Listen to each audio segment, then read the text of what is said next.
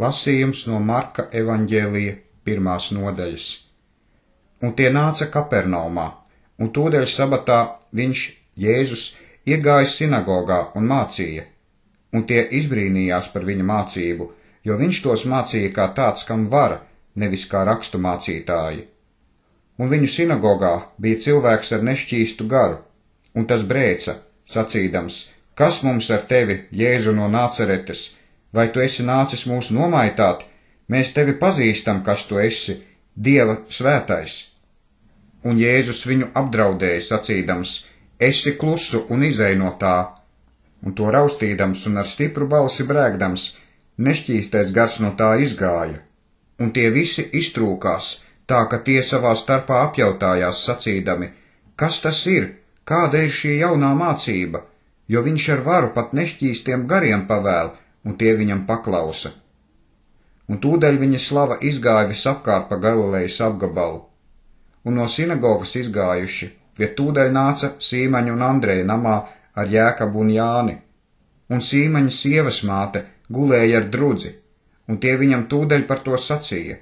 Un piegājis viņš to uzcēla un to ņēma pie rokas, un drudzis tūlīt no tās atstājās, un viņi tiem kalpoja. Un kad vakars metās un saule bija nogājusi, tad tie pie viņa nesa visādus neveselus un velna apsēstus, un visa pilsēta durvju priekšā bija sapulcējusies. Un viņš dziedināja daudz neveselu no dažādām slimībām un izdzina daudz velnu, un viņš velniem neļāva runāt, jo tie viņu pazina. Un no rīta, gaiļos, viņš cēlās un izgāja, un nogāja kādā vientuļā vietā, un tur Dievu pielūdza.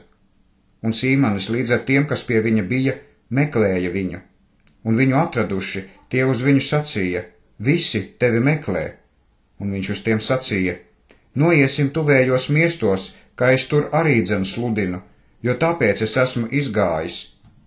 Un viņš sludināja viņu sinagogās pa visu Galileju un izdzina velnus. Un kāds spitālīgs nāca pie viņa, viņu lūgdams un viņa priekšā ceļos mezdamies, un uz viņu sacīdams, ja tu gribi, tad tu mani vari šķīstīt. Un Jēzus sirdī aizkustināts roku izstiepa, to aizskāra un uz to sacīja, es gribu, topi šķīsts. Un viņam runājot, tūlīt spitālība no tā nogāja, un tas kļuva šķīsts. Un viņš to stingri brīdināja un to tūlīt aizsūtīja prom, un uz to sacīja, raugi, nesaki nevienam neko, bet ej, rādies priesterim un nones par savu šķīstīšanu, ko Mūzes ir pavēlējis, viņiem par liecību. Bet tas izgājis iesāka daudz pasludināt un šo lietu izpaust, tā ka Jēzus ļaudīm redzot vairs nevarēja ieiet pilsētā, bet viņš bija laukā, vientuļās vietās, un no visām malām tie nāca pie viņa.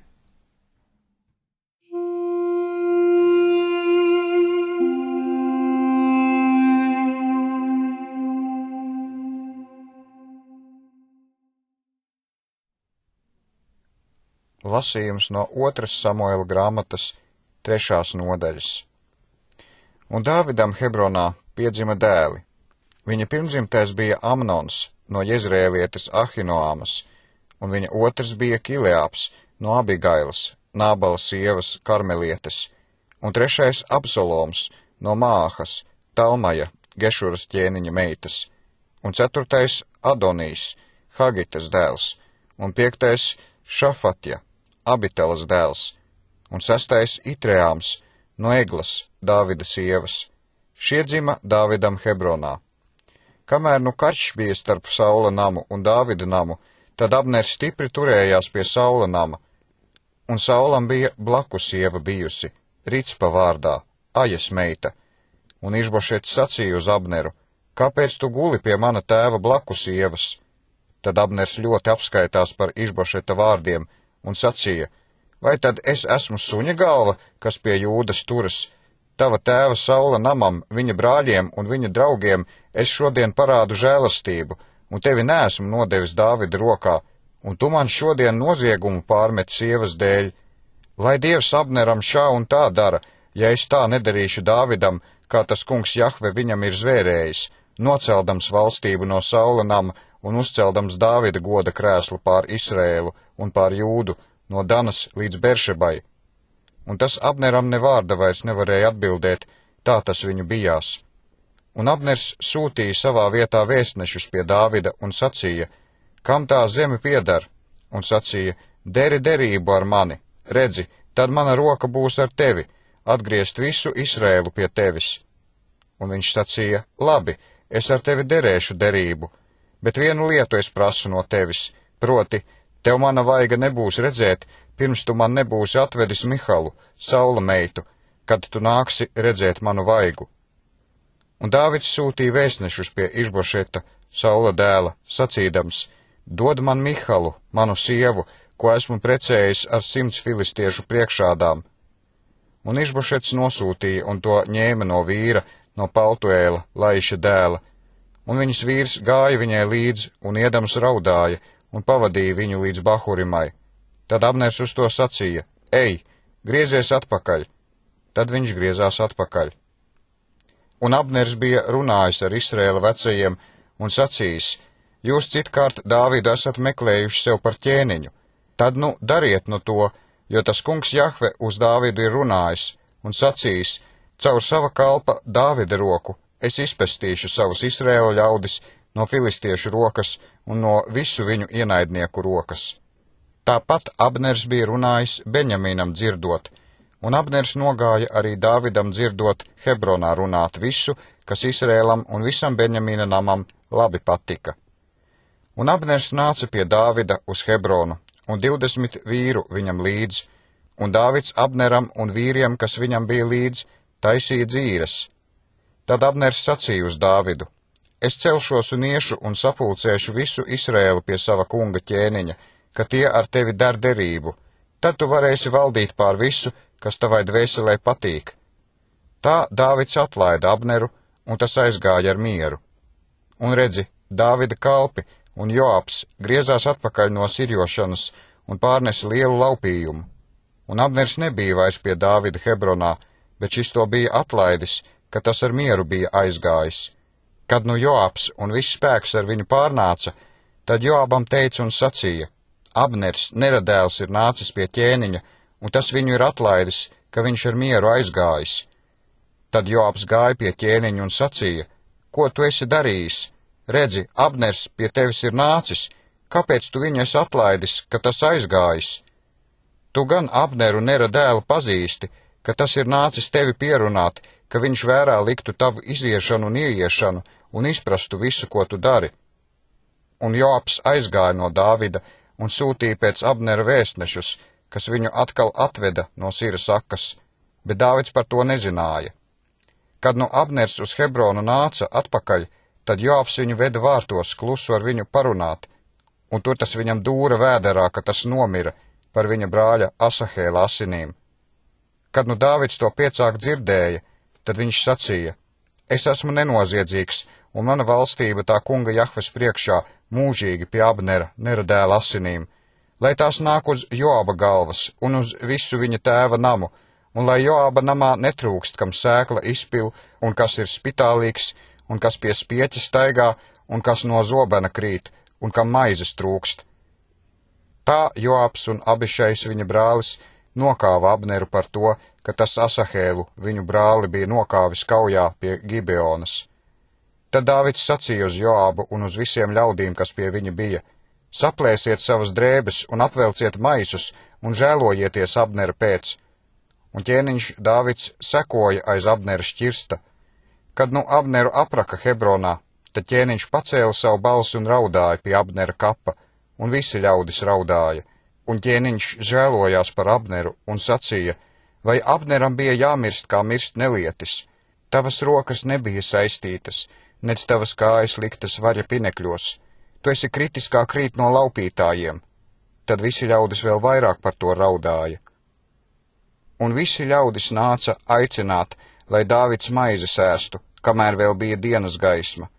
Tad Dāvids zvērēja un sacīja, lai Dievs man šā un tā dara, ja es baudīšu maizes vai cita kā pirms saule noiet.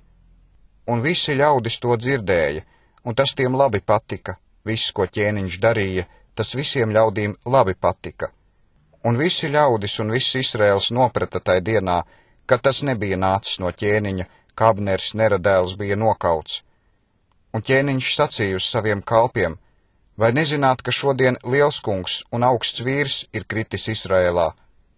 Bet es vēl šodien esmu par jaunu, nule par ķēniņu svaidīts, un šie vīri, Cerujas dēli, man ir par stipriem. Tas kungs Jahve lai atmaksā ļauna darītājiem pēc viņu nozieguma.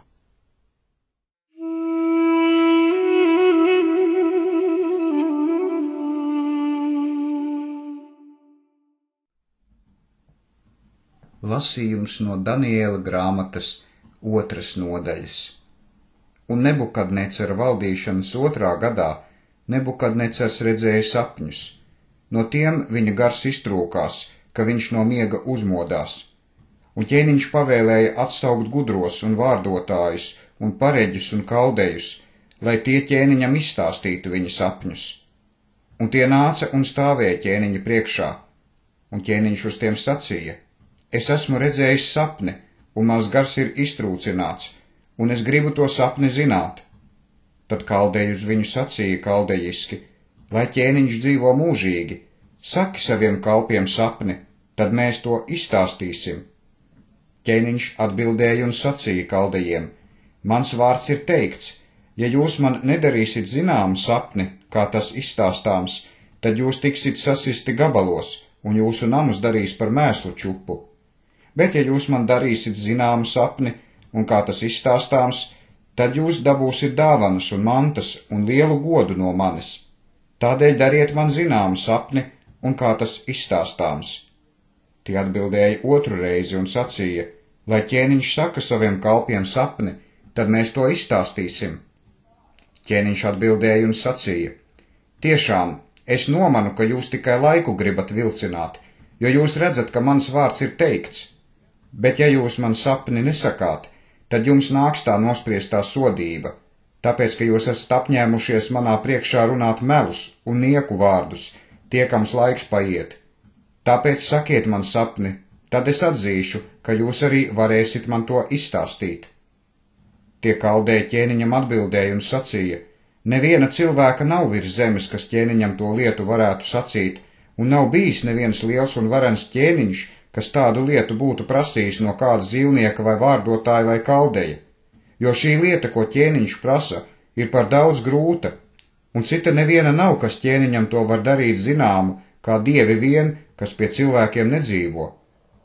Par to ķēniņš kļuva dusmīgs un ļoti apskaitās, un pavēlēja visus gudros Bābelē nokaut. Un pavēle izgāja gudros kaut, un arī Daniēls un viņa biedri tapa meklēti, ka tos nokautu. Tad Daniēls gudri un prātīgi atbildēja Arioham, ķēniņa pils kaļavīru virsniekam, kas bija izgājis gudros Bābelē nokaut. Viņš atbildēja un sacīja Arioham, ķēniņa varenajam: kāpēc tāda briesmīga pavēle no ķēniņa? Tad Ariohs Daniēlam to lietu teica. Un Daniēls gāja iekšā un lūdza ķēniņu viņam laiku dot, ka ķēniņam izskaidrojumu varētu sacīt. Tad Daniēls nogāja savā namā, un to sacīja Hananijam, Mišēlam un Azarijam, saviem biedriem, lai tie no debesu dieva žēlastību lūgtu par šo noslēpumu, ka Daniēls un viņa biedri ar tiem vēl atlikušiem gudriem Bābelē netiktu nokauti. Tad Daniēlam nakts parādībā tas noslēpums tapa parādīts. Par to Daniēls teica debesu dievu, un Daniēls atbildēja un sacīja: slavēts, lai ir dieva vārds mūžīgi mūžam, jo viņam pieder gudrība un spēks, jo viņš pārceļ laikus un mūžus, viņš noceļ ķēniņus un ieceļ ķēniņus, viņš gudriem dod gudrību un saprašanu prātīgiem, viņš parāda dziļas un apslēptas lietas, viņš zina, kas ir tumsā, jo pie viņa mīt gaisma. Es tevi teicu un slavēju, manu tēvu dievs, ka tu man gudrību un spēku esi devis, un man nu esi darījis zināmu, ko mēs no tevis esam lūguši, jo tu mums ķēniņa lietu esi darījis zināmu.